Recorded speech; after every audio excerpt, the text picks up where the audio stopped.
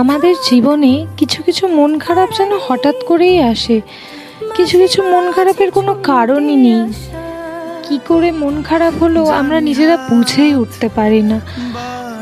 আমিও তার ব্যতিক্রম নই, আমারও এরকমটা হয় জানেন তো।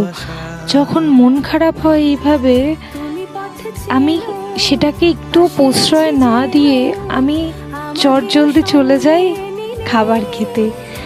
আমি বিভিন্ন জায়গায় খাবার খেতে চলে যাই একান্তে। সেখানে গিয়ে আমার মনে হয় যে খাওয়ার চাইতে বড় সুখ মনে হয় বাঙালিদের কাছে আর কিছু নেই।